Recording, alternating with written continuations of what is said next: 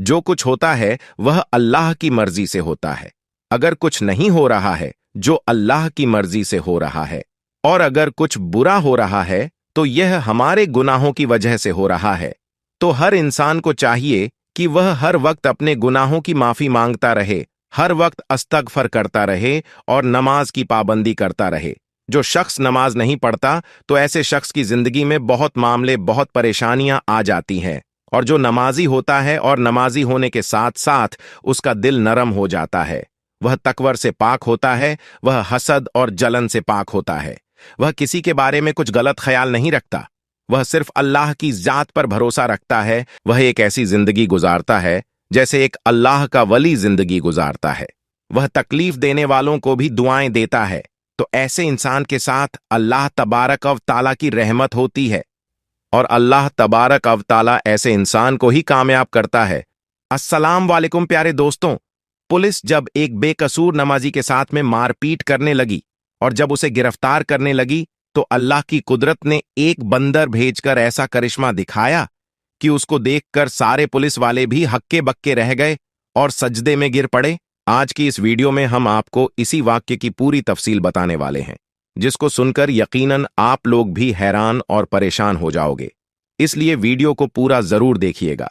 और अगर आपको अल्लाह की कुदरत पर मुकम्मल भरोसा है तो कमेंट बॉक्स में अल्लाहू अकबर लिखकर इसको शेयर कर दें, ताकि और भी लोगों के पास ये वीडियो पहुंच सके। तो चलिए शुरू करते हैं आज की वीडियो। आज जो वाक्य हम आपके यहां पर बताने वाले हैं, ये वाक्य पंजाब का बताया जाता है। पंजाब में एक छोटा सा गांव है सरगोधा। उस गांव में एक मुसलमान लड़का रहता था जिसकी उम्र तकरीबन 30 साल के करीब थी। लड़का बहुत ही नेक और परहेजगार था, 5 वक्त का नमाजी था और हर नमाज को उसके सही वक्त पर ही अदा करता था और कोशिश करता था कि वह नमाज मस्जिद में जमात के साथ ही अदा करें। यही वजह थी कि उस लड़के का ज्यादातर वक्त मस्जिद में ही गुजरा करता था। और यही नहीं, जब यह लड़का नमाज से फारिग हो जाता था तो उसके बाद यह कुछ वक्त के लिए मस्जिद के एक कोने में बैठ जाता और कुरान पाक की तिलावत भी करता था।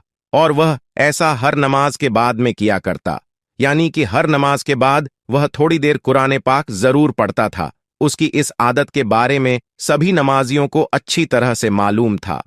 उस नौजवान का इस्लाम से इतना ज्यादा लगाव देखकर सारे लोग उस पर न सिर्फ नाज करते बल्कि उसकी बहुत ज्यादा इज्जत भी किया करते थे। यह लड़का हर किसी से बहुत अच्छे से पेश आया करता था और कोशिश करता था कि उसकी वजह से कभी भी किसी का दिल ना दुखे। और यही नहीं, वह हरदम यह भी कोशिश करता रहता वह किसी जरूरतमंद की मदद भी कर सके। इसी वजह से गांव के सारे लोग उसके इखलाक के दीवाने थे। लेकिन उसकी दूसरी तरफ उस नौजवान का एक छोटा भाई था जो बहुत ही अय्याश किस्म का था। हर वक्त दुनिया के लालच में रहता था और हर वक्त पैसों के पीछे ही भागता रहता। फिर कुछ दिन गुजरे कि एक दिन अचानक उनके वालिद का इंतकाल हो गया। उस सदमे के बाद में बड़ा भाई अंदर ही अंदर से टूट गया। इसीलिए फिर वह ज्यादा वक्त मस्जिद में ही गुजारने लगा था। वहीं दूसरी तरफ उसका छोटा भाई हर वक्त यह कोशिश करता रहता कि वह किसी न किसी तरीके से अपने बड़े भाई की जमीन हड़प ले और उसकी जमीन को अपने नाम कर ले। यानी कि वह इस कोशिश में रहने लगा कि वह कैसे भी करके बाप की जमीन में से बड़े भाई का जो हिस्सा था वह अपने नाम करवा ले। इसीलिए फिर छोटे भाई ने अंदर ही अंदर बड़े भाई के खिलाफ साजिशें रचना शुरू कर दी, मगर वह किसी भी तरह से अपने इस मकसद में कामयाब नहीं हो सका। उसके बाद जब छोटे भाई की तमाम कोशिश बेकार हो गई तो फिर एक दिन छोटे भाई ने सोचा कि क्यों ना वह उसके लिए अपने बड़े भाई की सबसे पसंदीदा चीज यानी कि मस्जिद का इस्तेमाल करें। इसीलिए फिर वह सोचने लगा कि वह अपने बड़े भाई को मस्जिद के ही किसी काम में फंसवा दे। और छोटे भाई ने एक प्लान बनाया कि वह किसी न किसी तरह से अपने बड़े भाई को मस्जिद की चोरी में फंसा दे, जिससे वह मस्जिद में जाने से रुक जाए। और उसको यह भी मालूम था कि उसका बड़ा भाई 5 वक्त का नमाजी है और मस्जिद से बहुत ज्यादा लगाव भी रखता है।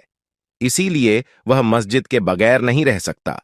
इसी वजह से छोटे भाई ने सोचा कि अगर वह अपने बड़े भाई को मस्जिद में जाने से रोक देता है तो फिर वह उसके बदले में जमीन का मुतालबा कर सकता है। और यकीनन बड़ा भाई नमाज और मस्जिद को अहमियत देते हुए उसकी वह अपनी जमीन दे देगा। फिर छोटे भाई ने एक मंसूबा तैयार किया। जमीन हासिल करने के लालच ने छोटे भाई को अंधा कर दिया था। इसलिए उस बदबख्त ने रात के अंधेरे में मस्जिद का कुछ कीमती सामान चुरा लिया, यानी उसने चोरी कर डाली। उसने मस्जिद का कुछ कीमती सामान उठाया और अपने घर ले आया, और चोरी किए हुए सामान को उसने अपने घर में एक खुफिया जगह पर छुपा दिया, और फिर पुलिस वालों के पास में जाकर अपने भाई पर इल्जाम लगा दिया और कहने लगा कि हमारी मस्जिद में जो चोरी हो गई है और मस्जिद का सामान चुराने वाला और कोई नहीं बल्कि इसका ही बड़ा भाई है। उधर दूसरी तरफ बेचारे बड़े भाई को इसके बारे में कुछ नहीं मालूम था। वह वैसे ही मस्जिद में जा रहा था और सच्चे दिल से अल्लाह की इबादत कर रहा था, और वैसे ही अल्लाह के सामने गिड़गिड़ाकर दुआएं भी मांगता था। वह अपनी हर दुआ में कहता कि ए अल्लाह, मुझे हर मुश्किल से निजात दे। अगर मैं कभी किसी बड़ी मुसीबत में फंस जाऊं तो मेरी मदद फरमाना। बड़ा भाई हर नमाज के बाद यह दुआ जरूर किया करता था।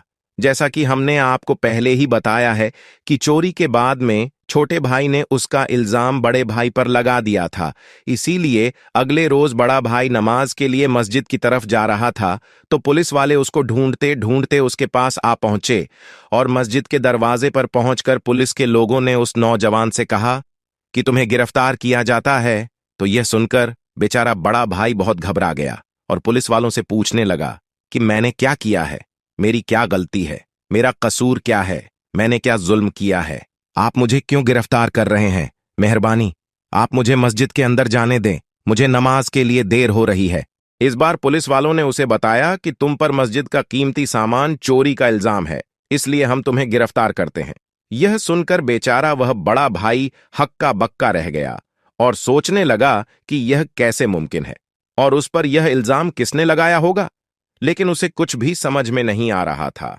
इसलिए वह वहीं जमीन पर बैठ गया और अल्लाह से मदद की गुहार लगाने लगा और अल्लाह से दुआ करने लगा। वह कहने लगा, या अल्लाह, मेरी इस मुसीबत की घड़ी में मेरी मदद फरमा। या अल्लाह, तू जानता है कि मैं चोर नहीं हूं, मैं कभी किसी की चोरी नहीं कर सकता और ना ही मैंने मस्जिद से यह कीमती सामान चुराया है। या अल्लाह, तू अपनी कुदरत से कोई ऐसा करिश्मा दिखा कि सब लोग यह मानने पर मजबूर हो जाएं कि मैं बेकसूर हूं।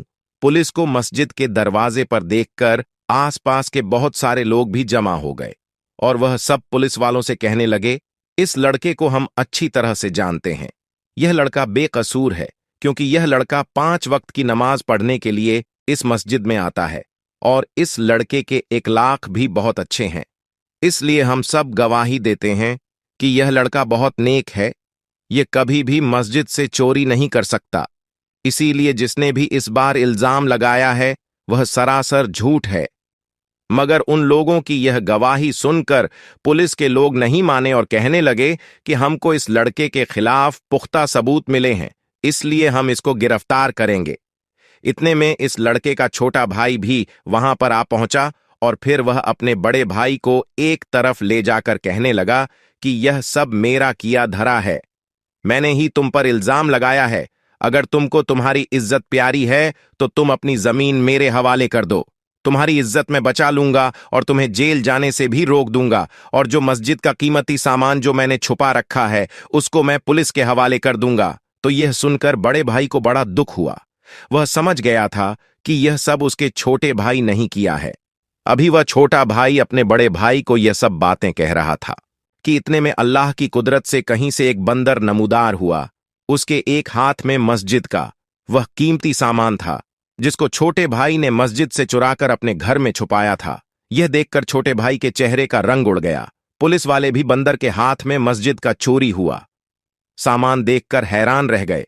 उनको मालूम हो गया कि वह जिस लड़के को गिरफ्तार करने वाले थे वह तो बेकसूर है। फिर उस बंदर ने उन पुलिस वालों को साथ ले जाकर बता दिया कि इसने छोटे भाई के घर से ही सामान उठाया है। इसलिए फिर पुलिस वालों को मालूम हो गया कि मस्जिद से यह सामान छोटे भाई नहीं चुराया है, और फिर यूं सबको मालूम हो गया कि असल चोर तो इसका छोटा भाई है। पुलिस वालों ने छोटे भाई को गिरफ्तार कर लिया और जब उससे पूछताछ हुई तो फिर यह सारी बातें छोटे भाई ने पुलिस वालों को बता दी। इधर वह बड़ा भाई अल्लाह के सामने सजदे में गिरकर अल्लाह ताला का इस बात के लिए शुक्र अदा करता रहा कि ऐन मौके पर अल्लाह ने एक बंदर भेजकर उसकी किस तरह से मदद की है, और इस तरह से पूरे गांव वालों को उसकी बेगुनाही का सबूत मिल जाता है। यह देखकर सबका अल्लाह पर भरोसा और भी ज्यादा मजबूत हो जाता है। आपको आज का यह वाक्य कैसा लगा, हमें कमेंट बॉक्स में जरूर बताइएगा। और इसी तरह का एक और वाक्य अब्दुल्ला नाम के एक शख्स के साथ पेश आया। उसका एक मेडिकल स्टोर था। अब्दुल्ला ने अपनी जिंदगी का एक ऐसा वाकया सुनाया जिसको सुनकर आप भी हैरान रह जाएंगे। अब्दुल्ला बचपन से ही नेक और दीनदार इंसान था और तिलावत कुरान में ज्यादातर वक्त बिताया करता था। बामर्तबा सारी सारी रात नवाफिल अदा करता, रोजे नमाज जकात का पाबंद था। उम्र गुजरती गई और अब्दुल्ला ने शादी नहीं की। घर वाले उस पर शादी का दबाव बनाने लगे। इस सूरते हाल और घर वालों के दबाव में आकर अब्दुल्ला को बिलाखिर शादी का फैसला करना पड़ा और अब्दुल्ला ने शादी कर ली। शादी के बाद अब्दुल्ला की जिंदगी एकदम बदल गई। अब रातों की इबादत आहिस्ता आहिस्ता कम होती गई और खासकर जैसे रमजान में ही ऐसा होता है, तहज्जुद भी छूट गई और नमाजों में भी कमी आने लगी। और एक वक्त ऐसा आ गया कि पांचों नमाजों में गफलत होने लगी और फिर अब्दुल्ला अचानक मुश्किलात में घिर गया।